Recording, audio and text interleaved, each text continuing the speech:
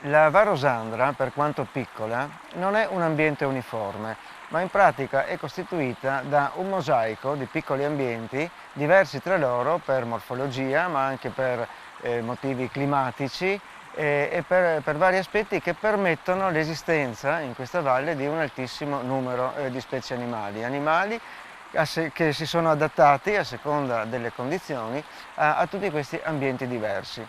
Questo lo riscontriamo in vari gruppi zoologici, ma in particolare è bene messo in evidenza dagli anfibi e dai rettili. Se consideriamo ad esempio l'ambiente del torrente, quindi l'ambiente acquatico della Varosandra, possiamo trovarvi specie molto interessanti. Innanzitutto vi troviamo anfibi che si riproducono nel torrente, come la rana dalmatina ed il rospo comune. Queste specie vivono in genere nel bosco, nella boscaglia, nei luoghi umidi e si portano in acqua, di solito all'inizio della primavera, dove si accoppiano e si riproducono nel giro di pochi giorni. Però nella valle troviamo anche altre specie di anfibi, come ad esempio la rana ridibunda. Questa era nota, questa specie, della valle dell'Ospo, che è in pratica parallela alla Varosandra, e si è diffusa, ha cominciato a diffondersi, e dal basso Rosandra si è diffusa fino al centro della valle, dove appunto abbiamo il torrente infossato in una specie di canyon. Oltre a queste specie, sempre parlando di anfibi, troviamo anche delle specie che vivono e si riproducono nelle anse tranquille del torrente o addirittura nelle pozze d'acqua che rimangono isolate dal torrente stesso. La specie più caratteristica di questi microambienti è sicuramente l'ululone dal ventre giallo, che assomiglia ad un piccolo rospetto, dorso grigio, ma se lo giriamo sulla pancia resteremo anche sorpresi di una colorazione molto vivace a macchie gialle. Un'altra specie che si riproduce nelle anse tranquille del torrente Rosandra è la salamandra pezzata o salamandra giallo e nera. Anche questa è una specie che normalmente se ne sta nei boschi, nelle zone più umide del bosco, ma che in primavera viene a deporre delle larve, che sono larve branchiate, provviste di branchie, in queste anse tranquille, e queste larve hanno alcuni mesi di vita acquatica e poi si trasformano e conquistano, per così dire, la vita terrestre. Un altro anfibio molto particolare e molto caratteristico è la raganella. Ecco, la raganella è un vero e proprio anfibio arboricolo, è dotato di ventose all'estremità delle dita, capace quindi di arrampicarsi in pratica dappertutto, anche su superfici molto lisce, quindi è tipico di zone cespugliate, zone ricche di arbusti ad esempio, ma anche la raganella però deve scendere in acqua in primavera per deporre le uova, quindi per riprodursi. Se passiamo poi agli ambienti più assolati, più caldi, ambienti di landa carsica che troviamo sui versanti esposti a sud nella valle, troveremo dei rettili molto caratteristici, innanzitutto le lucertole, di cui si annoverano parecchie specie. Abbiamo la lucertola più comune, la lucertola dei muri, però troviamo anche la lucertola campestre, la lucertola adriatica ed anche l'algiroide magnifico. Quindi una grande varietà di specie, proprio parlando solamente di lucertole.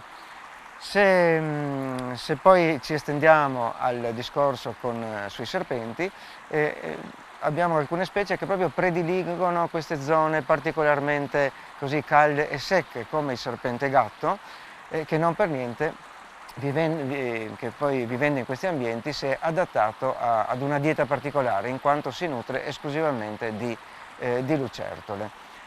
Ma assieme al serpente gatto, in queste oasi così calde e secche, possiamo trovare anche il biacco maggiore e poi un'autentica, possiamo dire, rarità, il biacco minore che in pratica in questa zona raggiunge il massimo punto nord occidentale del suo areale di diffusione. Ecco, e anche per questo la sua presenza in Varosandra è molto importante. Altri serpenti possiamo trovarli però in altri ambienti, ad esempio in zona di bosco, di boscaglia, Possiamo trovare il settone che è un serpente che raggiunge anche una notevole lunghezza, può raggiungere anche 1,80 m di lunghezza, e ha anche delle abitudini un po' arboricole, talvolta sale sugli alberi, ma più che altro per visitare i nidi e a scopo di predazione, perché si nutre anche di uccelli, di nidi acei e delle uova anche degli uccelli stessi. Ecco, parlando di serpenti, dobbiamo anche ricordare che ci sono dei serpenti adattati anche alla vita negli ambienti acquatici, e qui nel torrente della Varosandra troviamo ad esempio la biscia dal collare. La biscia dal collare, che è un colubro adattato a vivere sulle rive dei fiumi o anche sulle rive dei laghi, e si nutre prevalentemente di anfibi oppure anche di pesci. Ecco, tutti i serpenti che abbiamo citato finora sono serpenti praticamente innocui per l'uomo. In genere la maggior parte di questi serpenti sono specie proprio prive di apparato velenifero e prive di denti veleniferi. Debolmente velenoso è il serpente gatto che abbiamo citato prima, ma diciamo che riesce a malapena a paralizzare una lucertola, quindi sicuramente non costituisce un pericolo per l'uomo. L'unica specie che può essere pericolosa anche per l'uomo è la vipera dal corno, che indubbiamente è presente nella valle e forse un tempo più frequente, più abbondante, quando c'erano più ambienti aperti e meno ambienti di bosco e di boscaglia. In questi ultimi anni abbiamo visto un aumento del bosco e della boscaglia, e questo sicuramente ha provocato una diminuzione delle specie legate agli ambienti aperti e un aumento invece un aumento delle specie legate ai boschi. Quindi ecco, la vipera dal corno sicuramente è possibile scorgerla, è possibile incontrarla in ambienti aperti. Non è detto che siano ambienti esclusivamente rocciosi, ma possono essere ambienti anche cespugliati, ambienti di landa carsica, ecco, dove la vipera, diciamo, ha il suo così habitat naturale, dove può riscaldarsi quando c'è bisogno, dove può nascondersi nei cespugli quando magari il sole è troppo forte o quando si avvicina a qualche pericolo. Ricordiamoci sempre che l'uomo rappresenta un pericolo per questi animali. I serpenti ci vedono come un animale molto grande, molto grosso, quindi per loro possiamo essere un potenziale predatore anche di grandi dimensioni. Quindi generalmente questi animali scappano e si nascondono. Ecco, quindi con pochissime precauzioni, ecco, possiamo anche stare tranquilli e girare tranquillamente senza problemi per questi ambienti così stupendi.